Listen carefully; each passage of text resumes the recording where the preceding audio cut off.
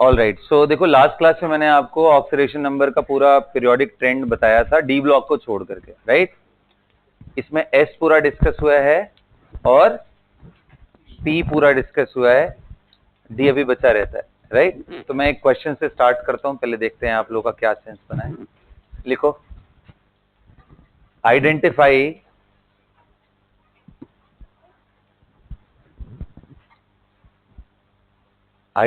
the molecule or compounds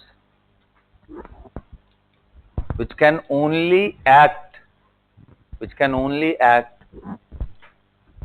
as an oxidizing agent in a redox reaction, which can only act as an oxidizing agent in a redox reaction. Number one is H2O2, number two is F2, number three is let us consider KMNO4,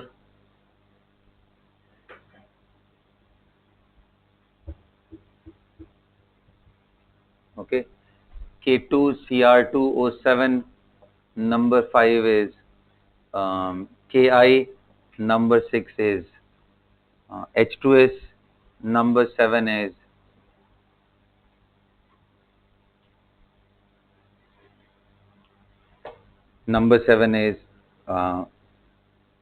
HClO4.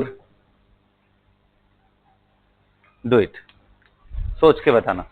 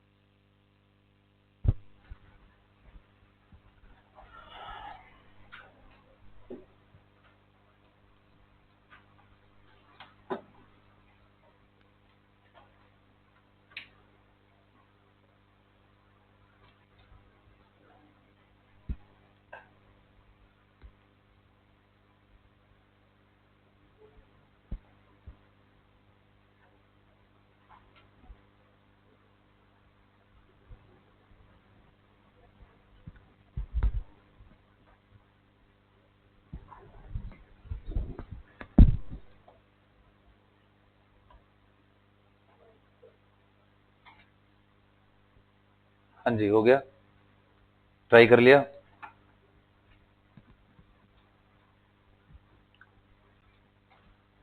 हुआ try. So how to identify species which will always act as an oxidise.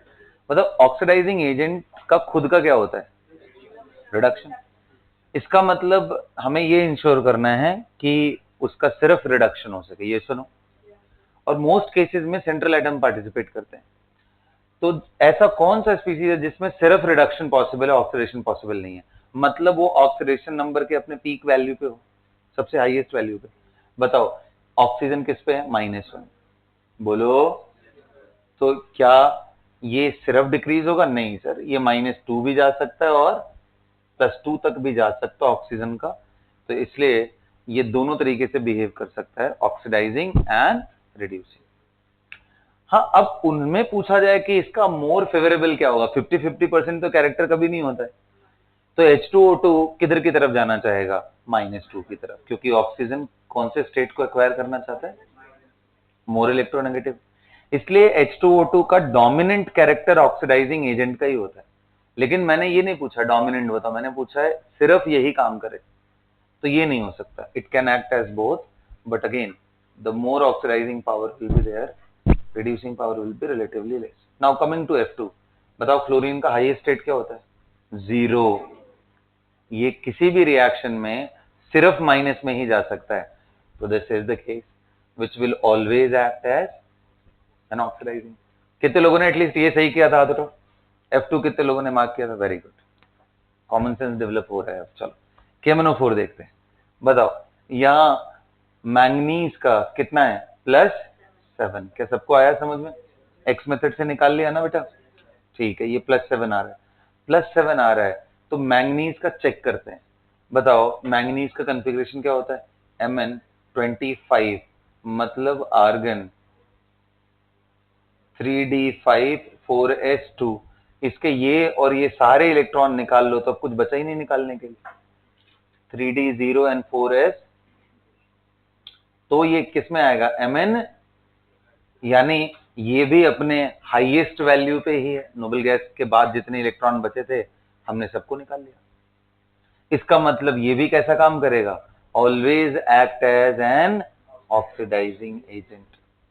K2Cr2O7, इसमें chromium का देखो +6 आ रहा है, check करो। K2Cr2O7 निकालो, x method से ही निकालो, चेक करो।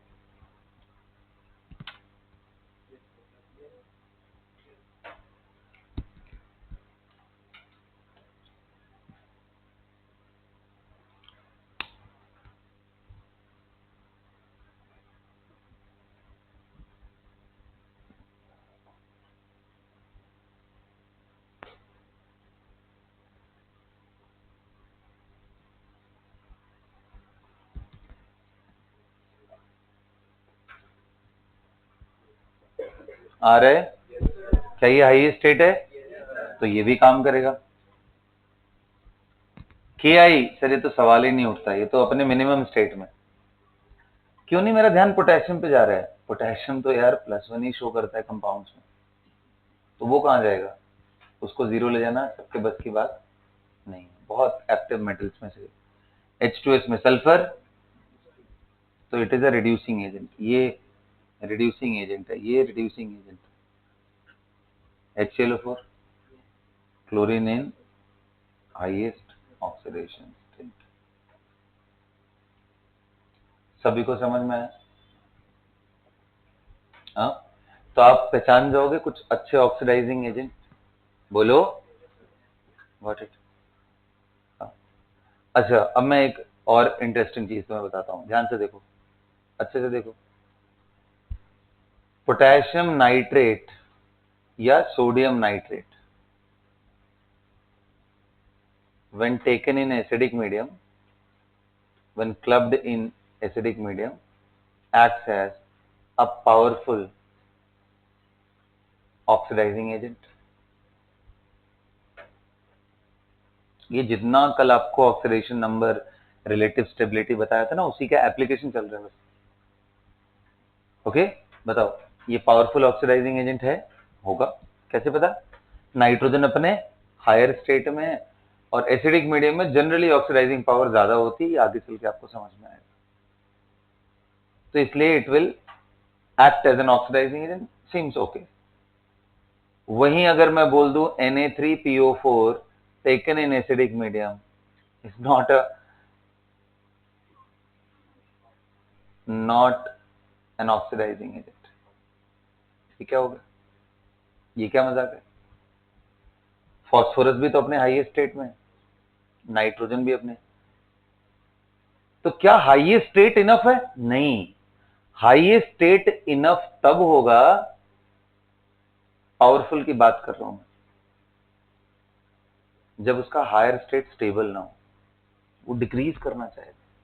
बताओ, नाइट्रोजन फैमिली में nitrogen, phosphorus, arsenic, antimony, bismuth, मैंने आपको बताया था नाइट्रोजन का मोर प्रेफर्ड स्टेट इज -3 और इसका मोर प्रेफर्ड, इसलिए अच्छा ऑक्सीडाइजिंग एजेंट नहीं है। समझ में आया? अच्छा ऑक्सीडाइजिंग एजेंट क्या? मैंने अभी तक कोई रिएक्शन नहीं देखा जिसमें ये जेन्युइनली ऑक्सीडाइजिंग एजेंट की तरह काम कर रहा हो। खराब है, बहुत ही घटिया है। तो अब ये सब प्रॉपर्टीज दिमाग में बिठाओगे तो आगे आने वाले टाइम में जब हमें मॉलिक्यूल्स का चॉइस करना हो कि यार मेरे को एक अच्छा एसिड चाहिए बट वो ऑक्सीडाइजिंग एजेंट ना हो, तो दिमाग लगाओ। मुझे एक बहुत अच्छा एसिड चाहिए बाय द सेम टाइम बहुत पावरफुल ऑक्सीडाइजिंग एजेंट हो, HNO3 is a very good oxidising agent and very good acid. HClO4 is a powerful oxidizing agent and a powerful acid। आ रहा है बात समझ में? H3PO4 is a good acid but a poor, very poor oxidizing agent। अच्छा, तो अब इससे थोड़ा आगे बढ़ते हैं। मैं बात करता हूं ऑक्सीजन की। खैर, ऑक्सीजन तो अपने आप में कोई ऐसा कंपाउंड नहीं बनाता, अदरवाइज कंपेयर कर सकते थे H2SO4 एंड ऑक्सीजन से ही रिलेटेड कुछ हम कंपेयर कर सकते थे। अनफॉर्चुनेटली तो ओजोन एक पावरफुल ऑक्सीडाइजिंग एजेंट है, क्योंकि ऑक्सीजन की टेंडेंसी किधर जाने की है। लेकिन H2SO4 एक पावरफुल ऑक्सीडाइजिंग एजेंट ना हो करके माइल्ड ऑक्सीडाइजिंग एजेंट होता है। O3 is a powerful oxidising agent, क्योंकि यहां ऑक्सीजन के केस में -2 की स्टेबिलिटी किसी भी हायर स्टेट से ज्यादा होती है, यहां पे +6 की टेंडेंसी। तो माइल्ड ऑक्सीडाइजिंग एजेंट इसलिए है क्योंकि यार धीरे धीरे देखो ना, फास्फोरस से आप राइट जा रहे हो, इलेक्ट्रोनेगेटिविटी बढ़ रहा है, तो रिलेटिव कंपैरिजन करोगे तो ये H2SO4 is a mild oxidizing agent. इसलिए जब आपको इसका ऑक्सीडाइजिंग पावर टेस्ट करना हो ना, तो आप कॉन्सेंट्रेटेड H2SO4 यूज करो, डाइल्यूट नहीं, क्योंकि डाइल्यूट में तो ये बड़ा खराब है। कॉन्सेंट्रेटेड लोगे तो थोड़ा बहुत इसका एक्शन आपको देखने को मिलेगा। समझ में आया? तो अगर मुझे ऐसा चाहिए कि बहुत बढ़िया एसिड हो डाइल्यूट कंडीशन पे और ऑक्सीडाइजिंग एजेंट की तरह ना बिहेव करे, तो मैं किसको लूंगा? H2SO4। समझ गए? तो ये नोट पॉइंट करके लिखो कुछ, ये सब अच्छी अच्छी बातें हम लोग लिखेंगे। लिखो, ये सारे पॉइंट्स पहले नोट कर लिए आप लोगों ने? ठीक है, आगे लिखो, आगे लिखो, इसके बारे में लिखो। लिखो HNO3 is a good acid and very powerful oxidizing agent, HNO3। क्योंकि ये जो KNO3H+ आयन ले रहा हूं ना, तो बेसिकली ये HNO3 ही बनाएगा। समझ रहे हो? सॉल्ट प्लस एसिड मैंने ले लिया, HNO3 भी पानी में जाके क्या होगा? HNO3 बेटा पानी में जाके क्या होने वाला है? H+ एंड नाइट्रेट ही मिलने वाला है ना। तो मैं इसको इकट्ठे HNO3 ले लूं या KNO3 प्लस H+ ले लूं या NaNO3 प्लस H+ ले लूं, बात वही है, सॉल्यूशन में तो वही मिलने वाला है। तो HNO3 is a very powerful oxidising agent, but H3PO4 is not an oxidizing agent, although both have +5 highest oxidation state। Explain the reason why? Because nitrogen's -3 is more stable, so there is tendency to decrease, whereas phosphorus का कौन सा ज्यादा stable है, +5, इसलिए वो नीचे क्यों आना चाहेगा, ठीक है। तो वो लिख लेना, because of for nitrogen -3 is more stable, so it tend to decrease from +5 to -3, whereas for phosphorus +5 itself is more stable.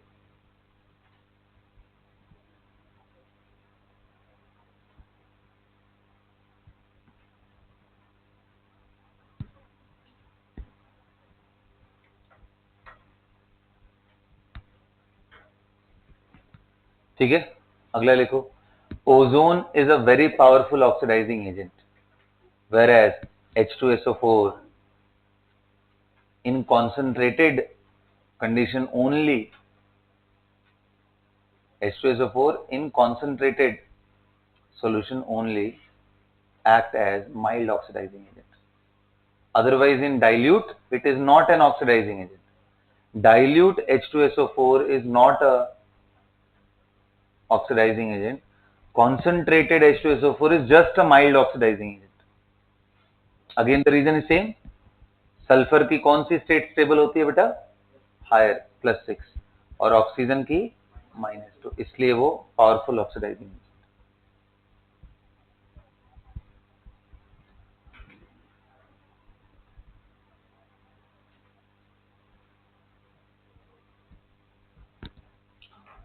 सभी को समझ में आया। और हेलोजेंस वाले साइड में अगर हम चले जाएं तो उनमें हमने बताया था कि अगर आयोडीन को छोड़ दो तो बाकी सभी के सभी लोअर स्टेट में ही बहुत ज्यादा स्टेबल है। आयोडीन में ऐसा नहीं है कि +5 +3 ये सब स्टेबल है, +3 तो खैर बहुत रेयर होता है। तो इसलिए oxy acids of halogens are good oxidising agent. लिख लो, all the oxy acids of halogens acts as good oxidizing agent, be it HOCl, HClO2, HClO3, कोई भी हो, सब अच्छे oxidising agent. HOCl, HClO2, okay, HOCl, HClO2, HClO3, HClO4, similarly bromine वाले सारे, हाँ, ये सभी के सभी अच्छे ऑक्सीडाइजिंग एजेंट हैं। इज दैट क्लियर बेटा? यहां तक सबको समझ आ रहा है? Okay, great.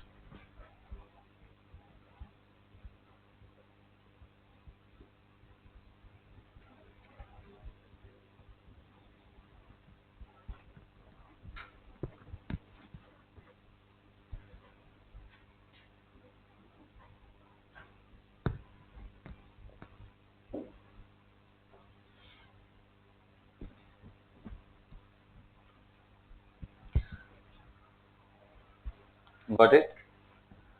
अब इसमें एक क्वेश्चन आता है कि arrange the following in increasing order of oxidising power. लिखो, arrange the following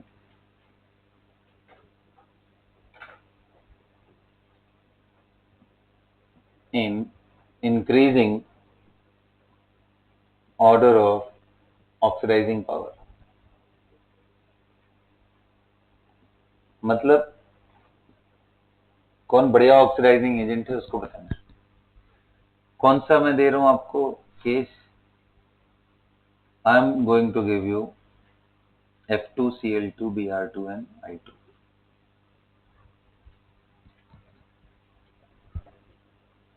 second,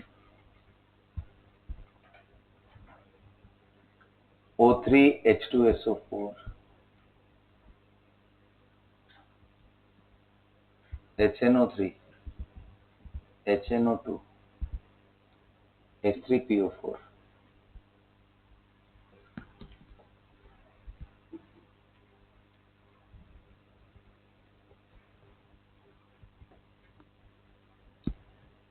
PbO2, PbO क्या बेटा? हाँ, ये Cl2 है।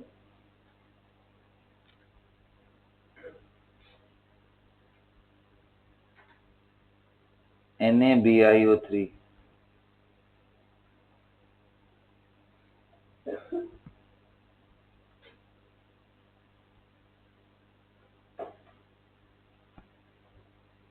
Na3ASO4।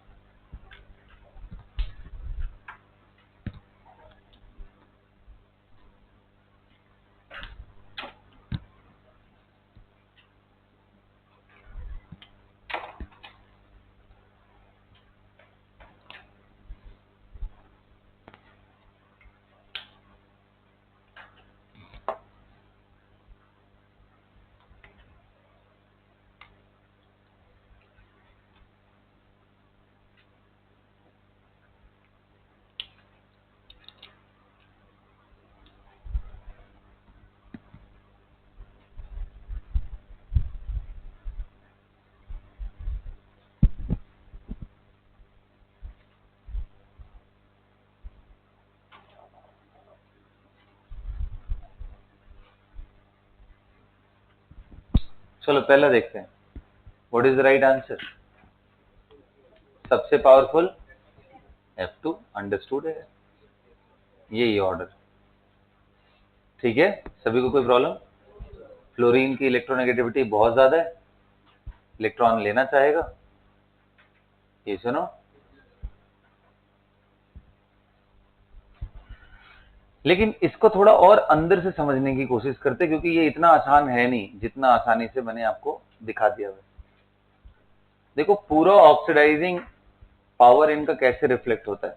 तो F2 अगर मैं पूरी प्रोसेस की बात करूं, थर्मोडायनेमिक्स की बात करूं, उसके पीछे का एनर्जी के बारे में बात करूं, तो सबसे पहले कितने लोग कह रहे हैं कि सर ये सबसे पहले F बनाओगे आप, यानी क्या ब्रेक करोगे बॉन्ड, और उसके बाद क्या करेंगे, ये जो F है वो एक्सेप्ट करेगा electron, it will become F minus, electron affinity. Delta H इसका नेगेटिव होता है, इलेक्ट्रॉन गेन एंथैल्पी। और F, क्योंकि एक्वस सॉल्यूशन में मोस्टली हम ऑक्सीडाइजिंग या रिड्यूसिंग पावर कर रहे होते हैं, क्योंकि सो F माइनस जो गैसियस बना है वो वाटर के अंदर खूब सारे लिक्विड मॉलिक्यूल से सराउंड होगा, F माइनस एक्वस, और यहाँ क्या आ जाएगा, हाइड्रेशन एनर्जी। तो अगर मैं ओवरऑल डेल्टा H की बात करूं तो that consist of bond energy, positive sign, and negative में electron affinity and hydration energy. मैं मैग्नीट्यूड की बस बात करूं, ठीक है। तो हमें मालूम है कि डेल्टा H जितना नेगेटिव हो, जितना एक्सोथर्मिक हो, उतना अच्छा। तो ये दोनों का सम जितना ज्यादा हो उतना अच्छा। अब आ जाओ फ्लोरीन का, अब ऐसे देखते हैं, बताओ बॉन्ड एनर्जी फ्लोरीन वाले ग्रुप में किसका ज्यादा होता है? नहीं, bond energy inversely proportional to length, but मैंने बोला था अगर लोन पेयर प्रेजेंट हो तो वो रिपल्शन उसको ओवरकम कर देता है।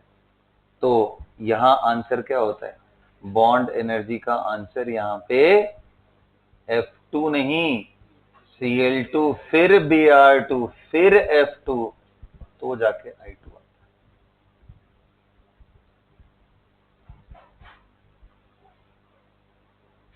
तो बॉन्ड एनर्जी वाइज देखा जाए तो सबसे अच्छा तो I2 होना चाहिए, नहीं? बोलो, जल्दी बॉन्ड टूट जा रहा है। लेकिन थैंकफुली एक single energy term deciding factor है ही नहीं, ये सबका कंबाइंड इफेक्ट है। और वैसे मैं बताऊं, आयोडीन जब आ गया तो यहाँ पे एक और एडिशनल टर्म जुड़ जाएगा। कितने लोगों को दिख रहा है कि आयोडीन तो सॉलिड होता है, तो पहले I2 गैस बनाओगे सर, फिर बॉन्ड एनर्जी देखोगे। तो यानी सब्लिमेशन भी इसमें आ जाएगा जो कि इसको पीछे कर देगा। अच्छा, तो सर फिर और क्या, इलेक्ट्रॉन एफिनिटी भी देखा जाए तो बेस्ट किसका होता है एफिनिटी का, Cl then F and then Br and then I। उसमें क्लोरीन डोमिनेटिंग, एफिनिटी में क्लोरीन डोमिनेटिंग, बॉन्ड एनर्जी में आयोडीन डोमिनेटिंग। फिर कौन सा फैक्टर है जो फ्लोरीन को इतना अच्छा ऑक्सीडाइजिंग एजेंट बना रहा है? Hydration. Hydration energy is proportional to what? Charge upon size. Charge FCl BrI सब पे सेम है, लेकिन साइज कम होने की वजह से मल्टीपल टाइम सॉल्वेशन कर रहे हैं, जिसके वजह से सबसे अच्छा ऑक्सीडाइजिंग एजेंट F2 है। एग्जाम में पूछता है ये कि कौन सा फैक्टर F2 को लीड करा रहा है। It is not the affinity, ना तो एफिनिटी इसका आंसर है और ना ही बॉन्ड एनर्जी। करेक्ट आंसर क्या है? लिख ये बात नोट करते। Fluorine among remaining halogen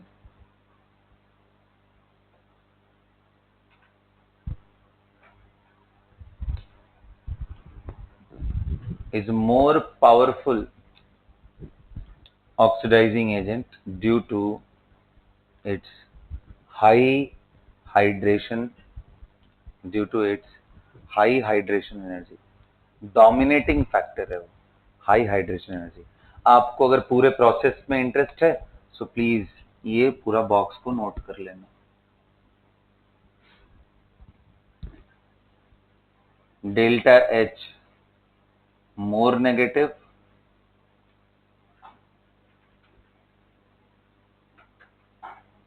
than conversion of X2 to X minus aqueous will be more feasible। more feasible and जितना फिजिबिलिटी ज्यादा हो या जितना इजीली वो कन्वर्ट हो रहा हो उतना बेटर वो oxidizing agent, then the power of oxidizing agent will be more।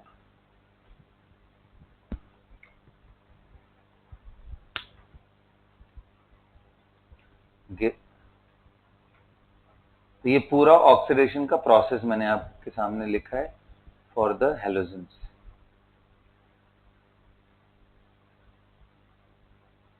सभी को समझ आ गया? ओके, बताओ इन दोनों में तो अभी हमने देखा था कौन सा है? अच्छा, इसमें और थोड़ा इंटरेस्टिंग कैसे हो सकता है कि मैं concentrated H2SO4 and dilute H2SO4 ले लूं, तो ऐसा ऑर्डर हो जाएगा, है ना? बोलो, काफी ज्यादा डिफरेंस। HNO3 HNO2 H3PO4 में HNO3 most powerful followed by H3PO4 is not an oxidising agent. HNO2 फिर भी है क्योंकि ये +3 में है और ये जाना किस में चाहता है। हाँ, तो ये दिमाग में रखना है बात को, तो इसलिए यही ऑर्डर होगा। H3PO4 is not an oxidising agent. Tendency की बात है, सिर्फ हाईएस्ट वैल्यू पे मत जाओ, है ना? किधर की तरफ वो जाना चाहता है उस साइड में दिमाग लगाना है, ये बताना जरूर। PbO2 एंड PbO में PbO2, why not PbO? Inert pair effect से सर lead+2 is more stable than lead+IP effect. ध्यान आ रहा है? इसलिए it is a powerful oxidising. Comparison पता है इसमें और इसमें गलत हो गया, ये तो आसान है बड़ा। हायर स्टेट से लोअर स्टेट के कंपैरिजन में तो हायर ही बेटर हो, ये तो आसान कंपैरिजन। छठा हम लिखेंगे एक और अच्छा कंपैरिजन लिखते हैं, जैसे मैंने ये कराया PbO2 विथ SnO2। हालांकि आंसर अभी तो आउट हो गया, तो अब तो तुम यहाँ पे भी यही टिक कर दोगे, क्योंकि इनर्ट पेयर इफेक्ट से लेड का +4 से ज्यादा +2 और टिन का +2 से ज्यादा, तो इसलिए टिन उसी में खुश है और लेड जाना चाहेगा +2 में। तो this is better oxidizing agent, very very very better. How about this guys? इसमें आप लोगों ने किसको टिक किया? नहीं क्या टिक? सोचो, करो।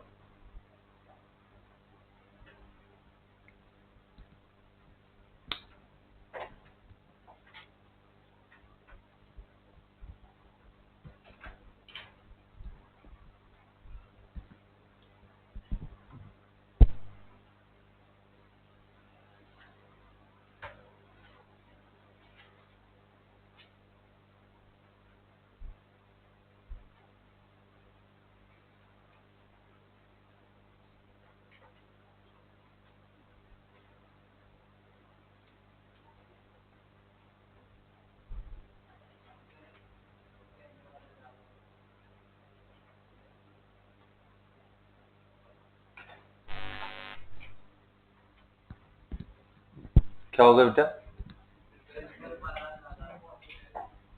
हाँ, is a better oxidizing agent. The same reason कि बिस्मथ का +5 एंड अर्सेनिक के +5 में we know that nitrogen, phosphorus, arsenic, antimony and bismuth,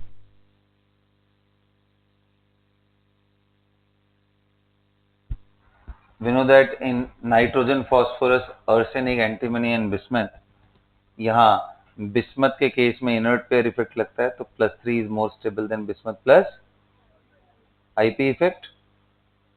बोलिए, तो इसलिए this is better oxidizing agent. ये ऑक्सीडाइजिंग एजेंट होता है, ये नहीं है। समझ गए? यहाँ तक क्लैरिटी आ गई? हाँ, तो अब ये पहचान जाओगे ना कि ऑक्सीडाइजिंग एजेंट है कौन। कॉमन सेंस डेवलप हो गया। यही कराना था मुझे, क्योंकि आगे रिएक्शन यूज करेंगे तो उनमें ये सब काम आना चाहिए। Is that clear? चलो, ऐसे ही कुछ अच्छे रिड्यूसिंग एजेंट का नाम लेते हैं। लिखो question.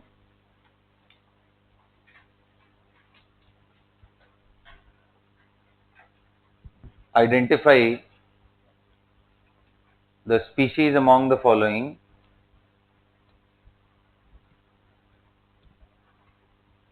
which will always act as a reducing agent, which will always act as reducing agent,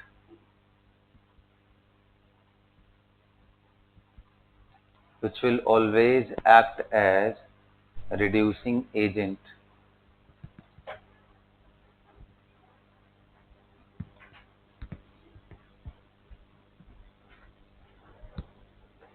in a redox reaction.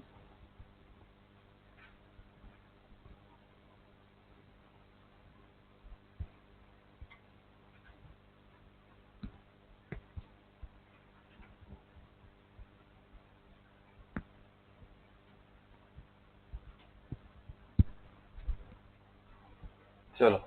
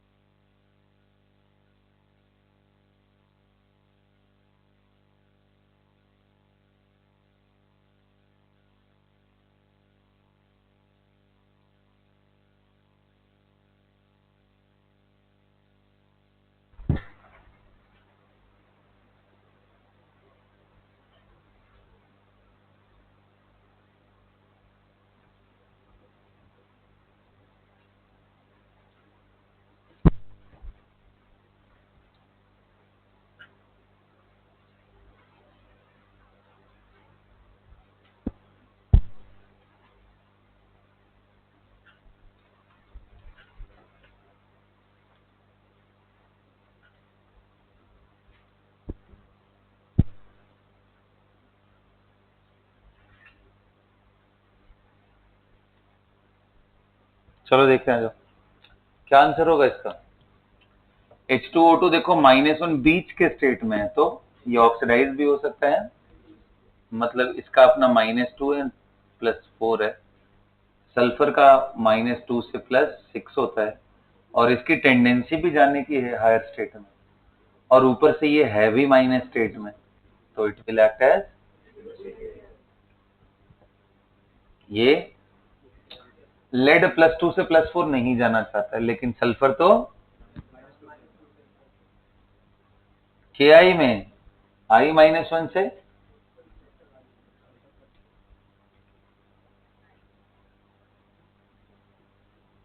कितने लोग अस्सी हो?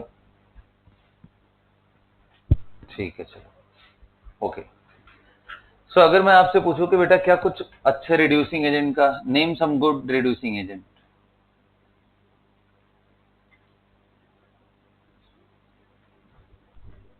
अभी जितनी प्रॉपर्टी आपने पढ़ी है उस हिसाब से आप कुछ अच्छे रिड्यूसिंग एजेंट के बारे में बताइए। तो अभी देखो सल्फर वाला हमें पता है कि हायर स्टेट में रहना चाहिए, तो H2S है, ये सुनो। कितने लोग कह रहे हैं कि सल्फर के और भी कंपाउंड हम ले सकते हैं, SO2 भी, Na2SO3 भी, क्योंकि है ये जरूर +4 में, लेकिन जाना जाना कहाँ चाहते हैं, एंड डेस्टिनेशन का कहाँ है, इस अच्छे रिड्यूसिंग एजेंट। आ जाओ फास्फोरस हम पकड़ते हैं, फास्फोरस, फास्फोरस +5 ज्यादा स्टेबल है, तो इसके नीचे वाले स्टेट, जैसे मैं बात करूं तो H3PO2, H3PO3, isn't it? क्यों? क्योंकि यहां +1 है और यहां प्लस, बोलो, फास्फोरस का +5 much more stable than any higher state, +3 और +2 किसी से भी ज्यादा होता।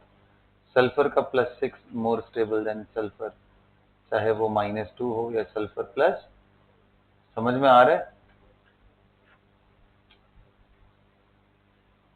Ki is a good reducing agent, Ki, Hi सब अच्छा रिड्यूसिंग एजेंट, अच्छे रिड्यूसिंग एजेंट की मैं बात कर,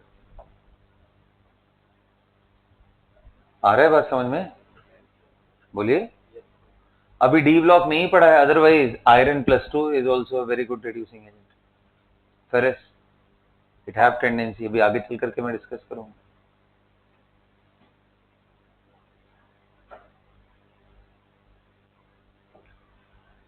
गॉट इट?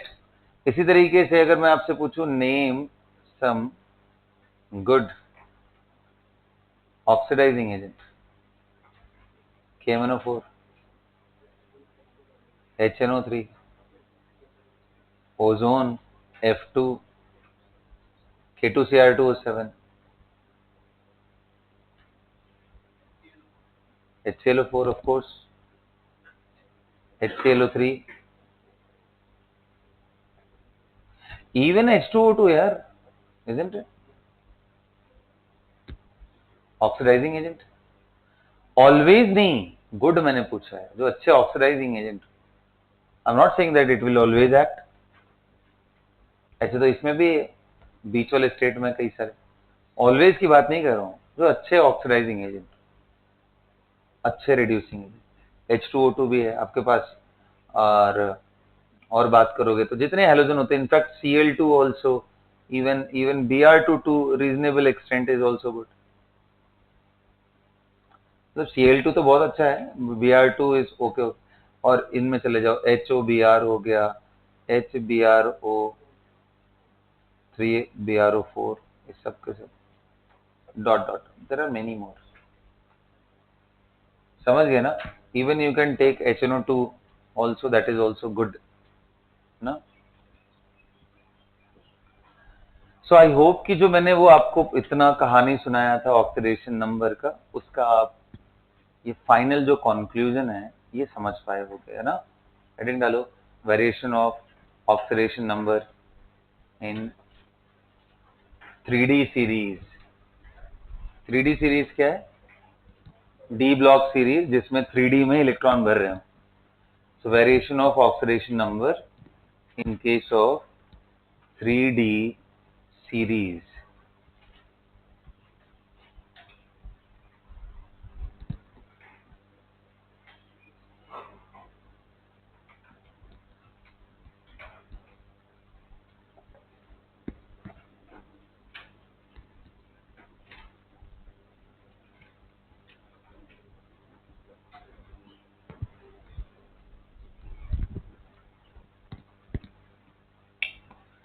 अब 3D सीरीज के मेटल्स के नाम बताओ। सबसे पहला कौन सा? स्कैंडियम, फिर यट्रियम ना 3D सीरीज में यट्रियम आता है जी? स्कैंडियम के बाद क्या है? यट्रियम तो नीचे आता है। स्कैंडियम के बाद टाइटेनियम, उसके बाद फिर मैंगनीज, फिर आयरन,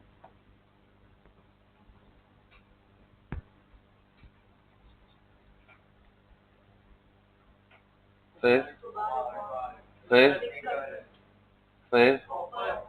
एंड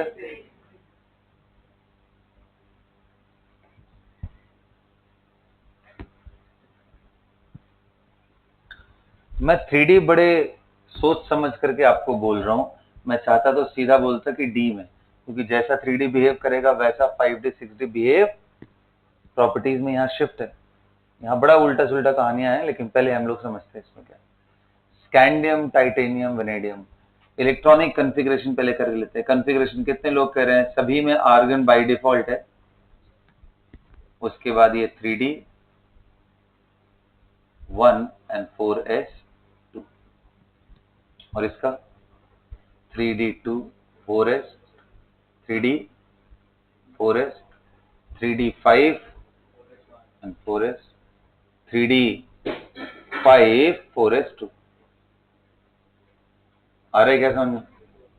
हाँ, ये 3D 6 है 4s2, 3D 7 4s2, ये 3D 8 4s2, ये 3D 10, बिल्कुल सही 10 4s1, और ये 3D 10 and 4s2।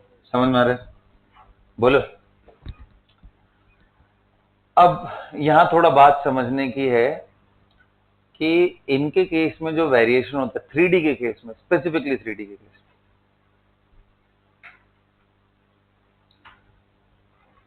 शुरू के मैंगनीज तक जितने इलेक्ट्रॉन बाहर हैं सारे के सारे निकल सकते हैं, सारे के सारे।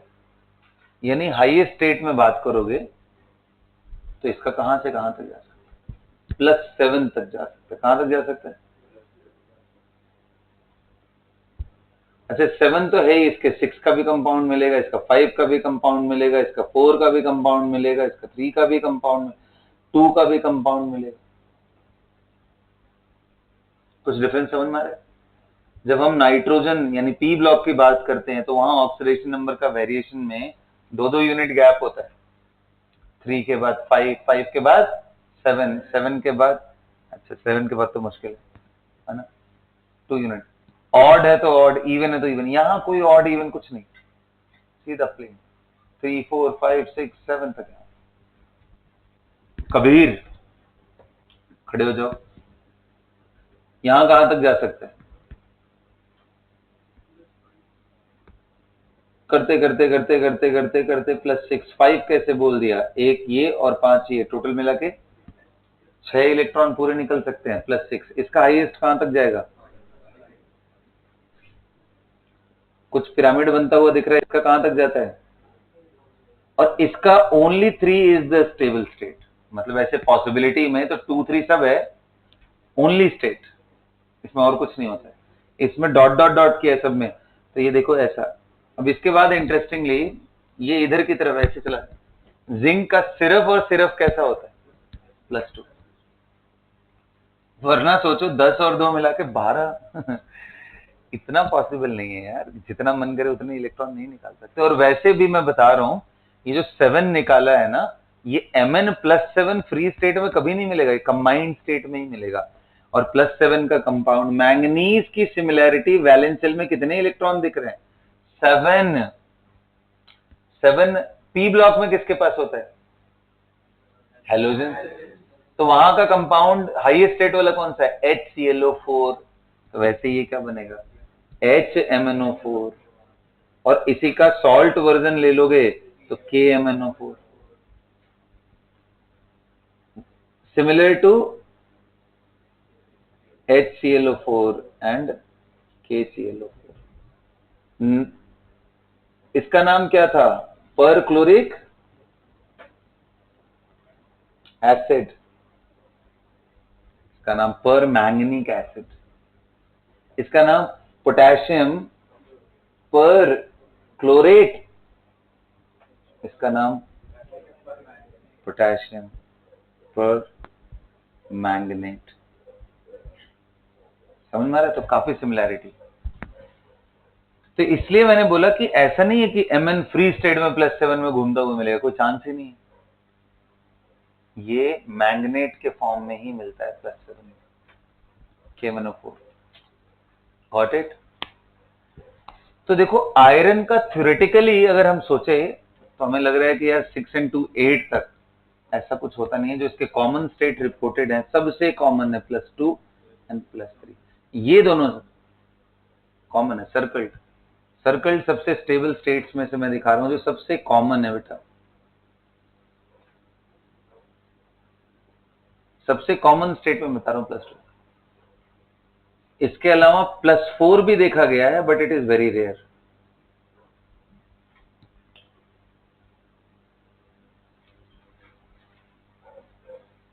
समझ रहे हो ना? Very rare.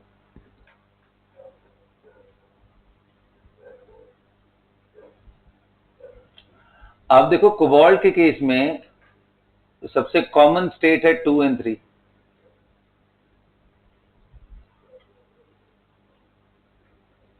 निकेल के केस में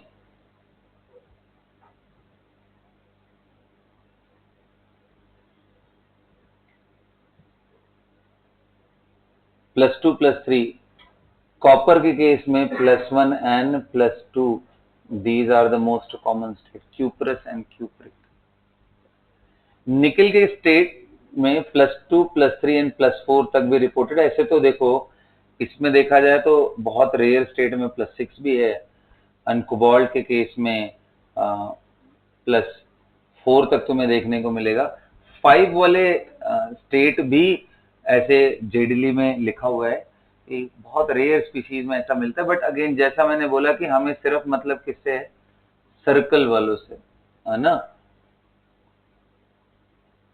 सर्कल्ड वालों से बहुत मतलब है। तो निकेल की ये जो स्टेट है उनमें +2 सबसे कॉमन है। सबसे कॉमन स्टेट को मैंने सर्कल कर दिया है। और इसमें सभी की केमिस्ट्री हमें पढ़नी भी नहीं है। क्रोमियम का कौन सा है? +3 state is very very common guys.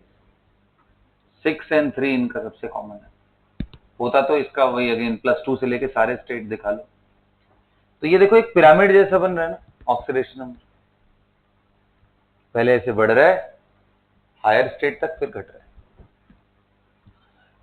एक जनरल तरीका भी है इसको देखने का। वो क्या है? बोलते हैं कि ऑक्सीडेशन नंबर का जो रेंज होता है वो 1 से लेकर के 1 + n तक, जिनमें NH1 कॉन्फ़िगरेशन है। और 2 से लेकर के ये 2 + n तक वेरी करता है, जहां पे यहाँ n का मतलब अनपेयर्ड इलेक्ट्रॉन हो। आप चाहो तो इसको अनपेयर्ड इलेक्ट्रॉन को U लिख सकते हो, थोड़ा ज्यादा मतलब कंफ्यूजन ना क्रिएट हो यार। चलो n ही रहने दो, कोई दिक्कत नहीं है। जहां पे n का मतलब number of unpaired electrons in D। तो आप देखो जैसे मान लो आपको स्कैंडियम का देखना है। स्कैंडियम का कॉन्फ़िगरेशन क्या है? 4s2 NH2 है ना। तो ये NH2 के लिए ये चीज लागू होता है जिसका, तो यानी यहाँ शुरू होगा कहाँ से? 2 से, और हायर स्टेट कहाँ तक जाएगा? 3 तक। एक ही डी में अनपेयर्ड। यहाँ 2 से 4 तक, यहाँ 2 से 5 तक, यहाँ 2, यहाँ 1 से NS1 होता है क्रोमियम, 1 से लेकर के 6 तक के सारे स्टेट। मैंगनीज का 2 से लेके 7 तक। अब जब यहाँ D6 हो गया तो D में कितने डब्बे होते हैं बाबा? 5, 1 2 3 4 एंड 5 एंड 6 है ना। ये कितने अनपेयर्ड बचे? 4। तो अगर 4 अनपेयर्ड बच रहे हैं तो 2 से लेके 2 + 4 यानी 6 तक, इसलिए मैंने यहाँ 6 तक लिखा है। ऐसे टेक्निकली वो अगर आप बात करोगे तो इसका 5 भी आपको देखने को मिलेगा, क्योंकि 7 कर दोगे तो अनपेयर्ड कितने हो जाएंगे? सिर्फ 3। तो 2 + 3 विल बी 5। यहां D8 हो गया, 1 2 3, सिर्फ 2 ही बचे, तो 2 + 2 मिला के 4, तो निकल का +4 तक इसीलिए दिखाया। कॉपर में अनपेयर्ड है ही नहीं, है क्या? D10 होता है, तो वहां पे ये गड़बड़ हो जाएगा। इसलिए मैंने बस एक आपको नंबर्स के फॉर्म में दिखाने की कोशिश करी। अदरवाइज ये ऐसा नहीं है कि ये कोई रूल है जो हर जगह लगा सकता है, ऐसा कोई रूल नहीं। Just to ensure the highest state क्या हो सकता है, रेंज क्या हो सकता है, उसके लिए मैंने आपको बताया है डिफरेंट एटम्स का। Got it? अब क्वेश्चन ये आता है कि सर क्या इसी तरीके से 4D एंड 5D का भी है? तो देखो यहां बड़ा उल्टा है। आपको याद है इनर्ट पेयर इफेक्ट क्या होता था? जो हैवीएस्ट मेंबर है उनमें s इलेक्ट्रॉन पार्टिसिपेट करने की टेंडेंसी बहुत कम हो जाती, इसलिए उनके लोअर स्टेट स्टेबल होते हैं। ये सुनो, यहां कहानी बड़ी उल्टा है। डी ब्लॉक के केस में हायर स्टेट ज्यादा स्टेबल होते हैं as we move from top to bottom. मतलब अगर आपसे पूछा जाए कि बताओ क्रोमियम के ग्रुप में +6 और उसके नीचे बताओ मॉलिब्डेनम, उसके नीचे टंगस्टन। तो अगर आपसे पूछा जाए कि +6 की रिलेटिव स्टेबिलिटी बताओ, relative stability of +6 in group number कौन सा? ऐसे 1 2 3 4 करो तो क्रोमियम मेरे ख्याल से 6 ग्रुप में आएगा, 4 या 5, 6। तो ये ऑर्डर होता है, जबकि हायर स्टेट उसमें ऐसा नहीं था, नीचे जाने पे लोअर स्टेट। अब क्या अलग है तो वो समझा देता हूं अभी, आगे आप और प्रैक्टिकली देख पाओगे। अलग ये है कि ये जो हायर स्टेट मैंने बनाया है ना, ये मोस्टली मतलब ये जो डी ब्लॉक के मेटल होते हैं उनमें डी का इन्वॉल्वमेंट, डी इलेक्ट्रॉन का इन्वॉल्वमेंट हो रहा होता है। एंड डी इलेक्ट्रॉन का इन्वॉल्वमेंट उतना और अच्छा होता जाएगा, क्योंकि देखो इसमें 4s बाहर है बेटा, देखो ना इसमें 4s बाहर है ना, सबके कॉन्फ़िगरेशन में देखो क्या है 4s। और जबकि जब हम p की बात कर रहे थे तो 4s या जो भी ns था वो अंदर था, np बाहर था, है ना। तो इनमें d के इलेक्ट्रॉन का इन्वॉल्वमेंट तक होता है कंपाउंड्स के अंदर, तो d का इन्वॉल्वमेंट होने के लिए s तो बाय डिफॉल्ट आ गया, तो इसलिए s कोई अब प्रॉब्लम रहा ही नहीं यहां पे। और बल्कि जैसे जैसे नीचे जाते जाओगे d के इलेक्ट्रॉन का इन्वॉल्वमेंट और बढ़ता जाएगा, s तो बाय डिफॉल्ट है, तो इसलिए यहां पे उतनी प्रॉब्लम देखने को नहीं मिलती है, बल्कि और अच्छे कॉम्प्लेक्सेस बनते हैं। तो +6 की तो दो मेजर कॉन्ट्रास्ट है between D block oxidation number variation with P block. The number 1 is वहां पे the common oxidation state differ by 2 unit और यहां पे 1 यूनिट। दूसरा, नीचे जाने पे लोअर स्टेट की स्टेबिलिटी बढ़ती है, यस बढ़ती है पी ब्लॉक के केस में, और यहाँ पे नीचे जाने पे हायर स्टेट की स्टेबिलिटी बढ़ती है। इसलिए अगर कभी कोई पूछे कि ये बताओ सबसे ज्यादा ऑक्सीडेशन स्टेट दुनिया में किसका एग्जिस्ट करता है, OSO4, ऑस्मियम टेट्राऑक्साइड, ऑस्मियम। और वो किस ग्रुप का मेंबर है? आयरन के। आयरन याद है, FeRuOS। ऑस्मियम, इरिडियम, ये सब ऐसे हैं जिनके कंपाउंड्स OSO4 तक जाते हैं। मतलब आयरन +8 डज नॉट एग्जिस्ट यार, लेकिन वही OSO4 ये एग्जिस्ट करता है +8 में, एग्जिस्ट।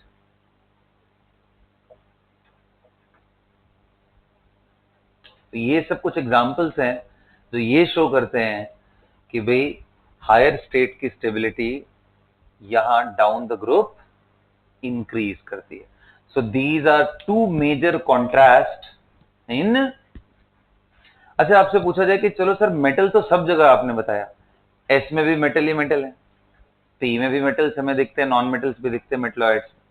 पी ब्लॉक एक बड़ा बढ़िया सा कॉम्बिनेशन है जहां पे उस फैमिली सेकुलर फैमिली है, हर तरह के लोग उसमें हैं, मेटल भी, नॉन मेटल भी एंड मेटलॉइड. डी पूरी तरीके से मेटल डोमिनेटेड है, उसमें कोई नॉन मेटल नहीं है. डी ब्लॉक में क्या है कोई नॉन मेटल, सारे मेटल. एस ब्लॉक में चलो हाइड्रोजन वाला हटा दें हम केस, तो वहां पे भी सारे सॉफ्ट मेटल्स होंगे, वेरी सॉफ्ट, है ना. तो सबसे हार्ड मेटल, डेंस मेटल तुम्हें डी ब्लॉक में ही मिलेंगे. सबसे ज्यादा melting and boiling point D में ही मिलेगा, क्योंकि इतने अनपेयर्ड इलेक्ट्रॉन जितने डी वालों के पास है इतना पी के पास कभी नहीं हो सकता. भाई पी में कितने अनपेयर्ड हो सकते हैं? पी अगर हाफ फील्ड भी हो गया तो कितना होंगे? 3. और यहां ये हाफ फील्ड भी हो गया ना तो 6 हो सकते हैं, 5 इसमें और एस में यहां 1 बनने का भी चांस होता है, जो कि पी ब्लॉक में कहीं नहीं मिलता ऐसा. तो इतने ज्यादा अनपेयर्ड, और हमें मालूम है वीबीटी के हिसाब से greater the number of unpaired electron greater chances of formation of bonds. अरे अनपेयर्ड इलेक्ट्रॉन ही तो पेयर होते हैं बॉन्ड बनाने में, तो इनके खूब सारे बॉन्ड बनते हैं. जितने ज्यादा बॉन्ड बनेंगे उतना हार्ड हो जाएगा यार. ये iron rod is an example, है ना. एक तरफ सोडियम इतना सॉफ्ट कि उसको नाइफ से चॉप कर सकते, और आयरन इतना हार्ड, मार तो सर फट जाएगा ना. ये फर्क है प्रॉपर्टीज में. There is a huge shift in the properties, and that's what makes this whole periodic table so interesting. Okay, so ये सारे पॉइंट्स नोट करके अपने वर्ड्स में लिखो.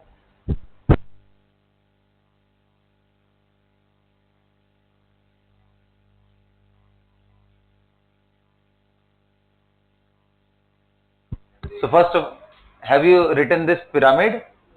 तो पहले तो ये लिख लो, उसके बाद मैं कुछ लिखवाता हूँ आपको, ठीक है.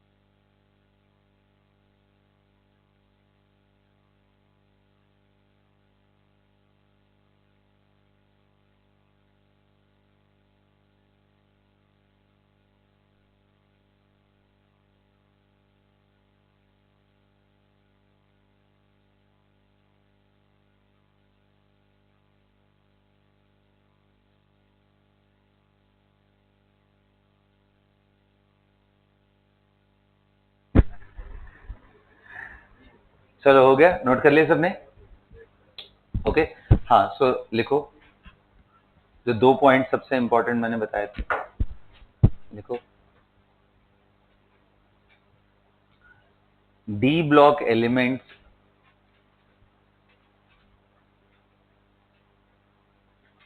differs with P block elements in oxidation number.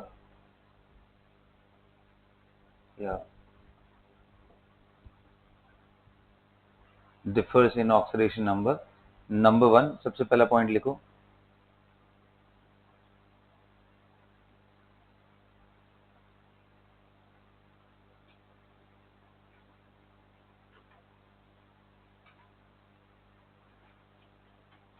the stability of higher state increases down the group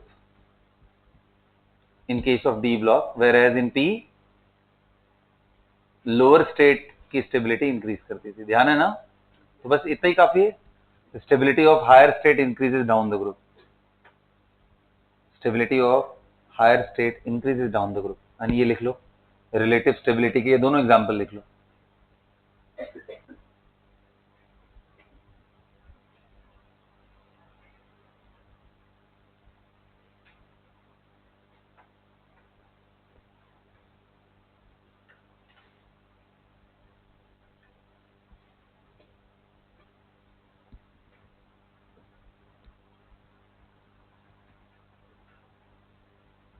लिख लिया? हाँ, whereas in P block stability of lower state increases down the group due to inert pair effect। यहाँ D में higher state की stability down the group increase करती है, वहां lower state. तो ये पहला कॉन्ट्रास्ट था बिटवीन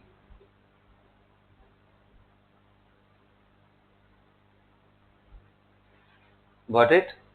अगला लिखिए,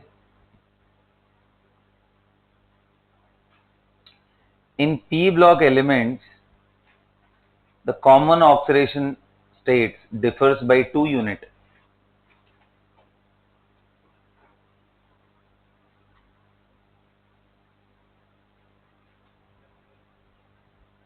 In P block element the common oxidation state differs by 2 unit,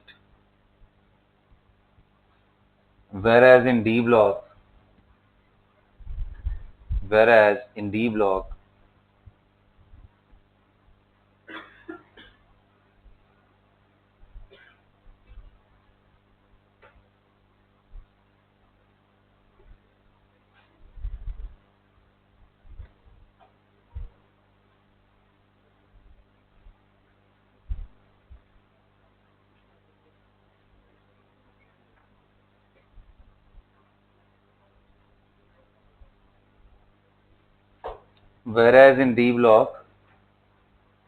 they differ by 1 unit।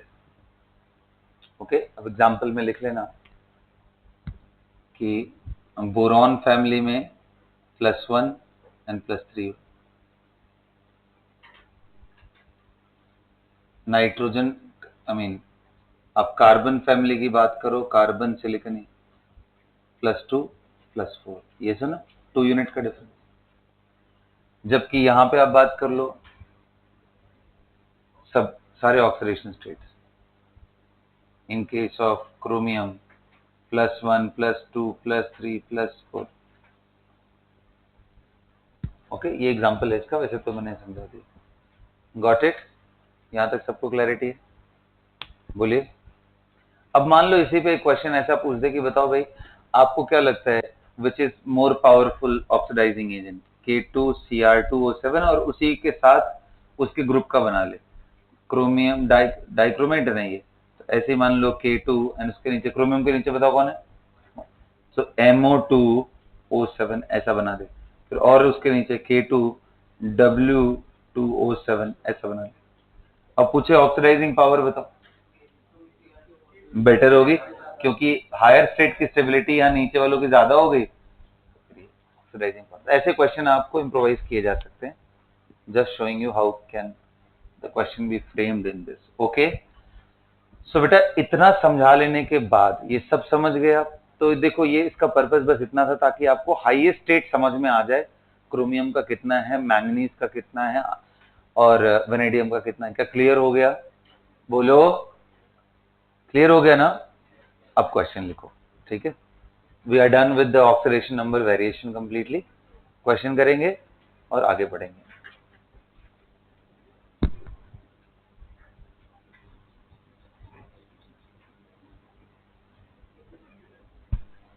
लिखो दो, find the oxidation number of chromium in the following compounds. Find the oxidation number of chromium in the following compound. Find the oxidation number of chromium in the following compound. पहला K2CrO4, दूसरा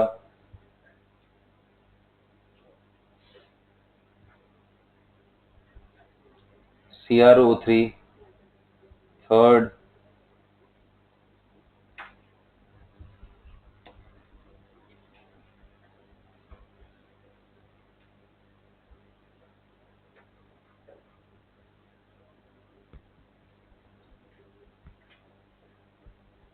SO4 whole thrice,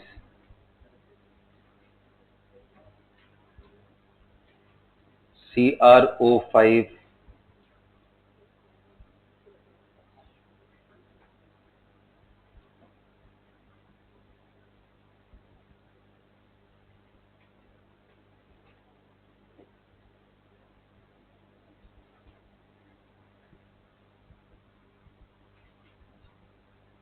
come on everyone, do it,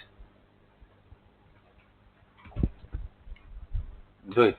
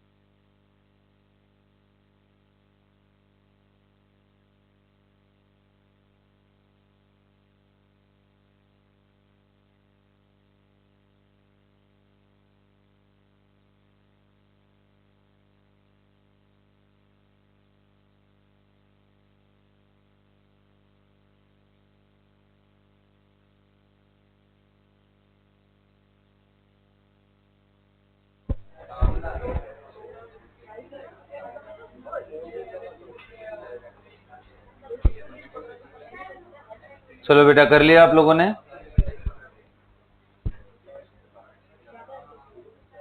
और check करते हैं। हाँ, ये देखते हैं। हाँ, इधर ध्यान दो। ऑक्सीडेशन नंबर रूल से करते हैं, स्ट्रक्चर बनाने से बेटर है कि उसको अटेम्प्ट करते हैं, फिर देखेंगे क्या प्रॉब्लम आ रहा है। जैसे यहाँ पे बताओ, इसका +1 है, इसका x मान लो, तो क्या 2 into +1 plus X plus 4 into -2 is equal to 0। तो x की वैल्यू, और हमें तुरंत क्रॉस वेरीफाई करना, क्या +6 होता है? क्या क्रोमियम का +6 होता है? तो ठीक है, इट इज ओके देन। ये बताओ,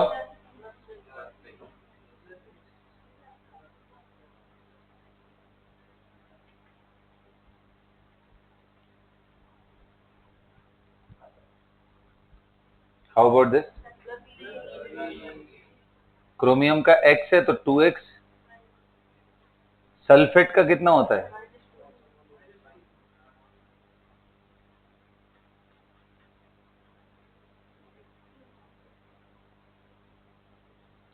वैसे मैंने पूरे स्पीशीज का इकट्ठे ले लिया, चाहते तो हम सल्फर का अलग, ऑक्सीजन का अलग लेके निकालते, बट फिर उसके केस में पहले आपको सल्फर का निकालना पड़ता।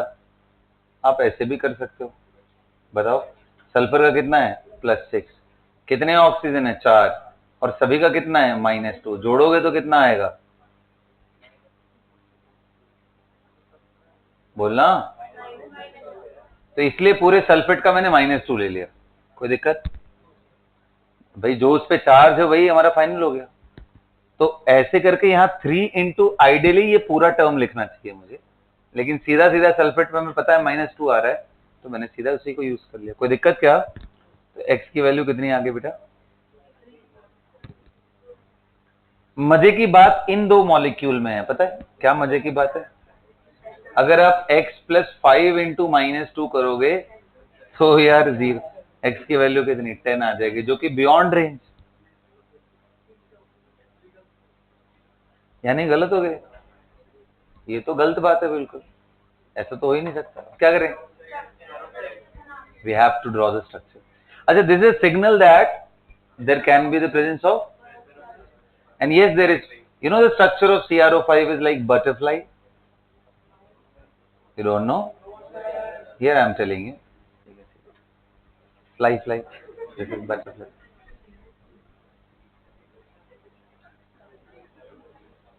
How many peroxide linkage are there? 2 peroxide linkage. इसलिए इसको करेक्ट रिप्रेजेंटेशन ऐसे बोलते, Cr लिखो फिर O2 का ट्वाइस लिखो, CrO एंड देन O2 का ट्वाइस, मतलब एक डबल बॉन्ड हो है, बाकी O2 का ट्वाइस है, और वो O2 में क्या है? पेरोक्साइड है।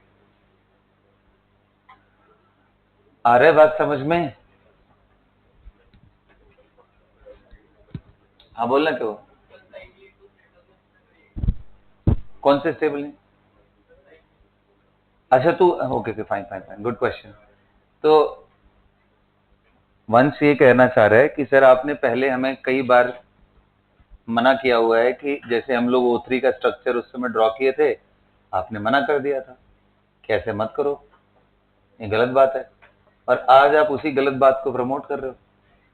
ये देखो, ओ मैंने वहां पे भी समझाया था कि unless it is, you got it? मतलब कहने का ये था कि अगर हमें उस मॉलिक्यूलर फॉर्मूले से ये सब चीजें अवॉइड कर सकते तो हम करेंगे। यहां अवॉइड करने का चांस ही नहीं है। एक क्रोमियम पे 5 ऑक्सीजन बिना पेरोक्साइड बॉन्ड बनाए तुम बना ही नहीं सकते, क्योंकि नॉर्मल वैलेंसी से जाओगे तो हर ऑक्सीजन की रिक्वायरमेंट 2-2 इलेक्ट्रॉन की। तो यहां पॉसिबल नहीं है, वहां पॉसिबल थे अदर स्ट्रक्चर बनाना, इसलिए हमने बना दिया। तो इसलिए peroxides are not very common, right? तो क्या, तो ये रेयर मॉलिक्यूल्स में थे बेटा, इसलिए तो इसको बता रहा हूँ। इसलिए लुईस स्ट्रक्चर कराते समय ये सब नहीं कराया था, अभी करा रहा हूँ, दोनों इकट्ठे हो जाएगा ना। लुईस स्ट्रक्चर भी बना लिया हमने एंड बटरफ्लाई भी बना लिया। Is it? ये ब्लू कलर का कंपाउंड होता है, blue, this is blue butterfly. Okay,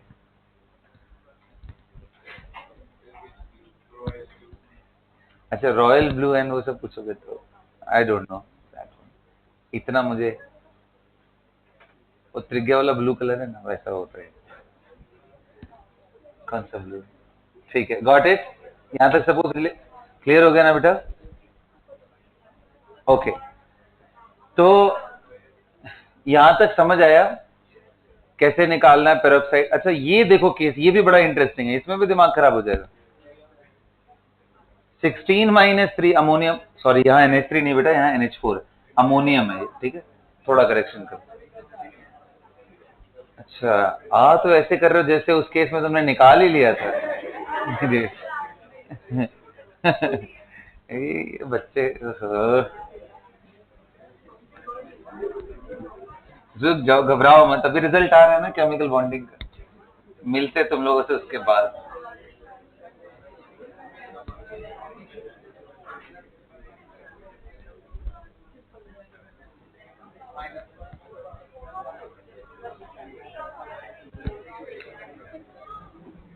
प्यारे बच्चों कृपया ध्यान दीजिए, तो ये भी उन्हीं स्ट्रक्चर्स में से एक है और ये बड़ा ही खतरनाक है।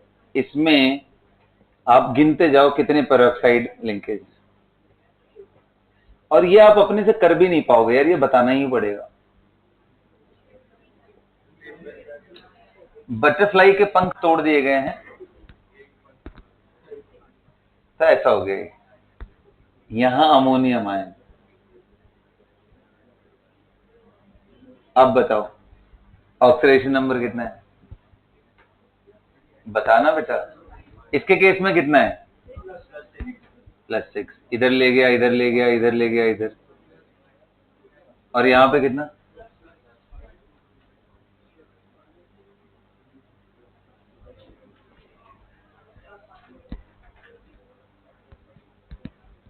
ठीक है। अच्छा अभी मैंने आपको अमोनियम के साथ दिया है, एग्जाम तक जाते जाते ये अमोनियम पोटेशियम में बदल दूंगा, कोई दिक्कत? कोई फर्क नहीं है, रुबिडियम डाल दो, मोनोवेलेंट है, बस इतना ही।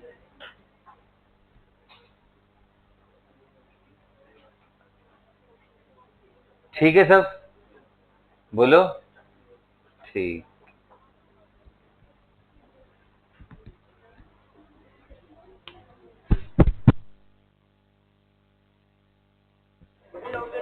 हाँ ठीक है बेटा, तो अब सुनो ध्यान से।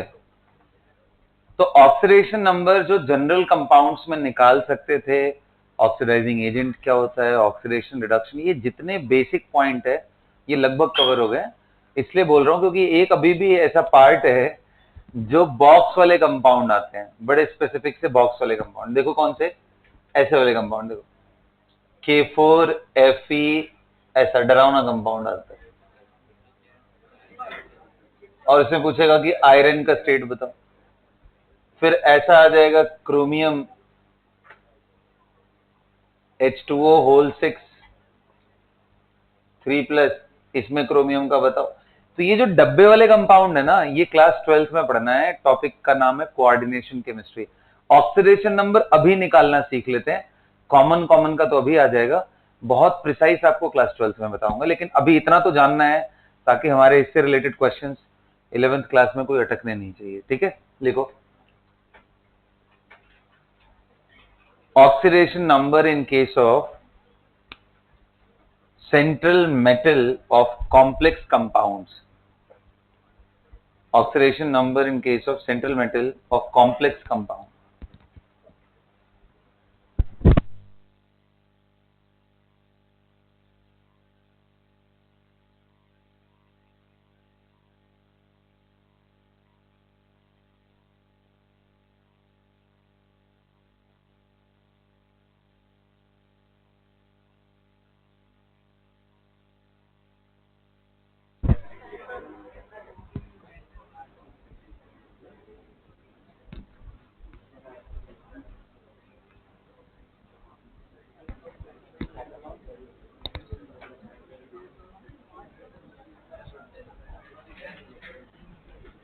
Oxidation number in case of central atom of complex compounds, है ना? चले देखें अब अब देखो कैसे निकालना होता है उसको समझ लो। तो देखो ध्यान दो इधर, जैसे मान लो मैंने ऐसा एक कंपाउंड बना दिया K4FeCN6, राइट। तो पहले इनकी टर्मिनोलॉजी समझ लेते हैं उसके हिसाब से। ये जो यहाँ बॉक्स के अंदर जो मेटेलिक स्पीशीज दिख रहा होगा यही है सेंट्रल मेटल आयन, मेटल और मेटल आयन। डिपेंड करता है उस पर, अगर जीरो चार्ज है तो मेटल है, अदरवाइज। ये जो किनारे वाले इसके अलावा जो राइट साइड में लिखे हुए इनको लाइगेंड्स बोलते हैं।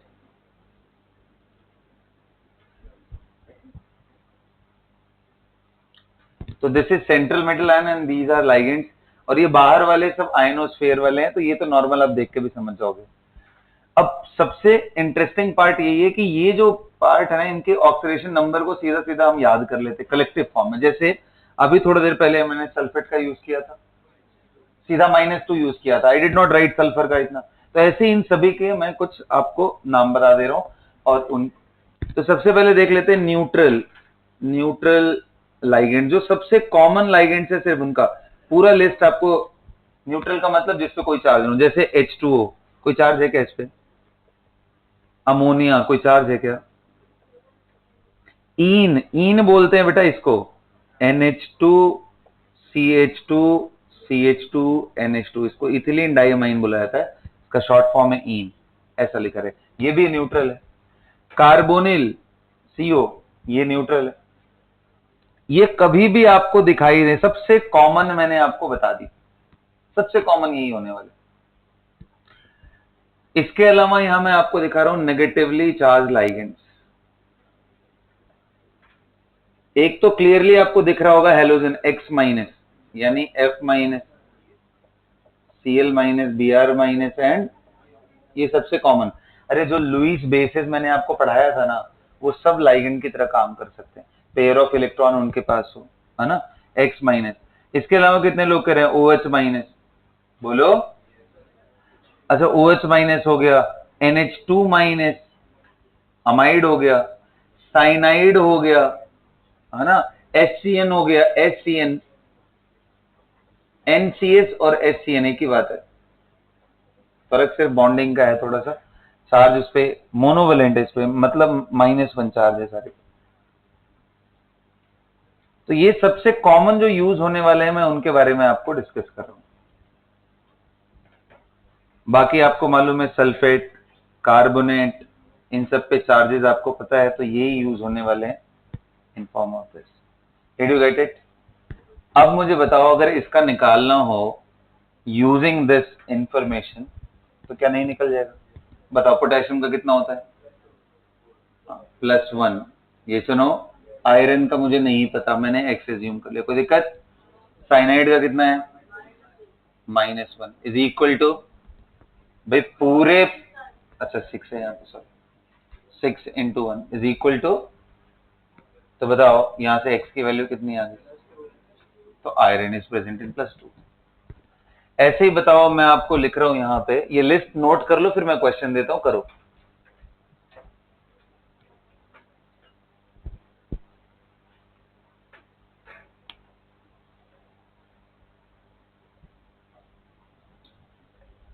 और यूजुअली ये डी ब्लॉक वाले होंगे, है ना, होने के लिए कुछ भी हो सकता है, बट यूजुअली ये डी ब्लॉक हो।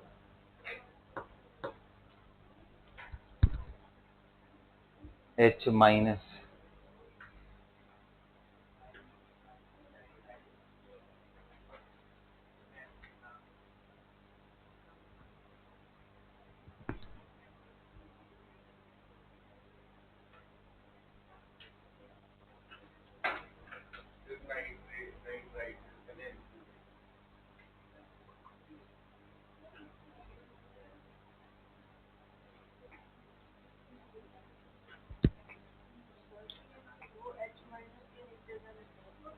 NCS-।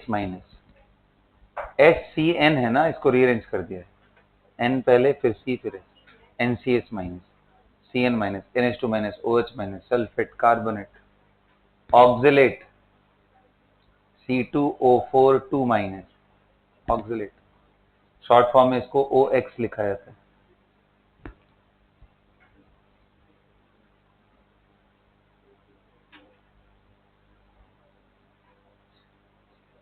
Oxalate OX short form में लिखा C2O4 2 माइनस।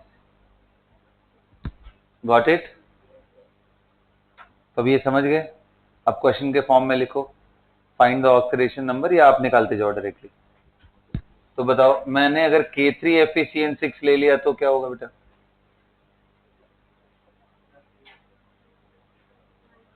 बताओ, निकालते चलो। मान लो मैंने ले लिया CO इन होल थ्राइस 3+, इसमें कोबाल्ट का बताओ। मैंने मान लो ले लिया FeCN5 NOS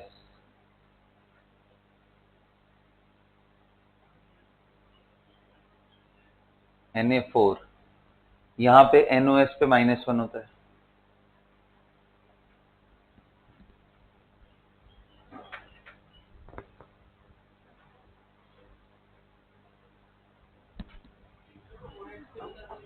ऑक्सिलेट,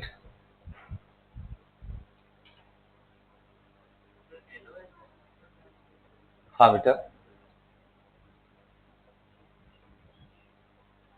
इसमें कोबाल्ट का बताइए। FeCO5,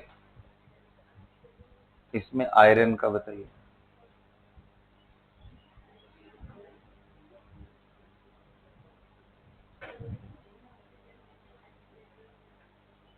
CrH2O whole thrice Cl3, इसमें आप क्रोमियम का बताइए। बस इतने ही मॉलिक्यूल है, इसके अलावा नहीं दूंगा। फटाफट निकाल के बताओ जल्दी। किसका बेटा? आयरन, अंडरस्टूड है, सभी में आयरन। मतलब सेंट्रल मेटल का ही निकालना, बाकियों का तो क्लियर ही होता है। अरे लाइगेंड का तो क्लियर ही है ना, वो तो यहाँ चार्जेस देख करके निकल। सेंट्रल एटम का कौन सा बेटा? ये CO कार्बन मोनोऑक्साइड,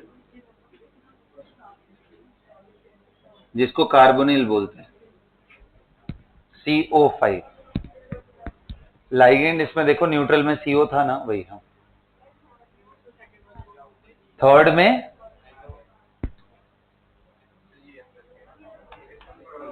CN के बाद NOS, EN का थ्राइस। इन देखो, ये लाइगेंड देखो, दिस लाइगेंड इज इन।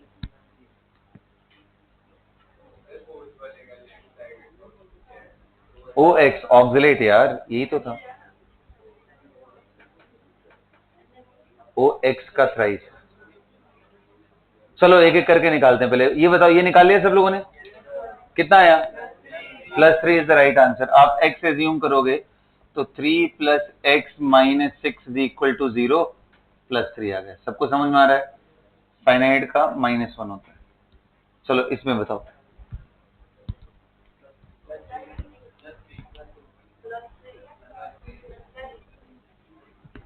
कितना आ रहा है कोबाल्ट का? तो कोबाल्ट का आपने x एज्यूम किया, +3 × 0 इज इक्वल टू +3। ये +3 से कहां से इक्वेट कर दिया?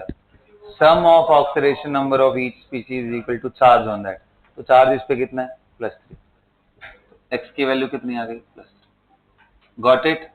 दूसरा देखते हैं, बोलो। 1 × 4 + x -1 × 5 -1 is equal to 0। Do you guys agree?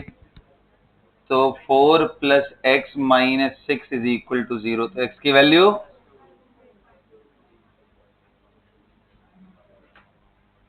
यहां कितना होगा? कोबाल्ट का मान लो x, so 3 × 1 + x +3 ×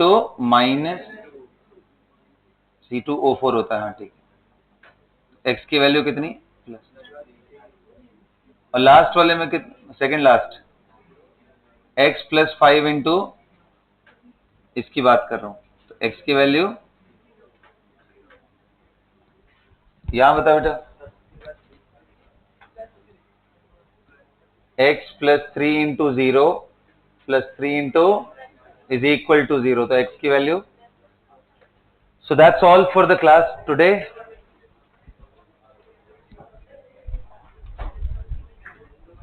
अगली क्लास में टाइप्स ऑफ रिएक्शन देखेंगे और आगे की चीजें करेंगे।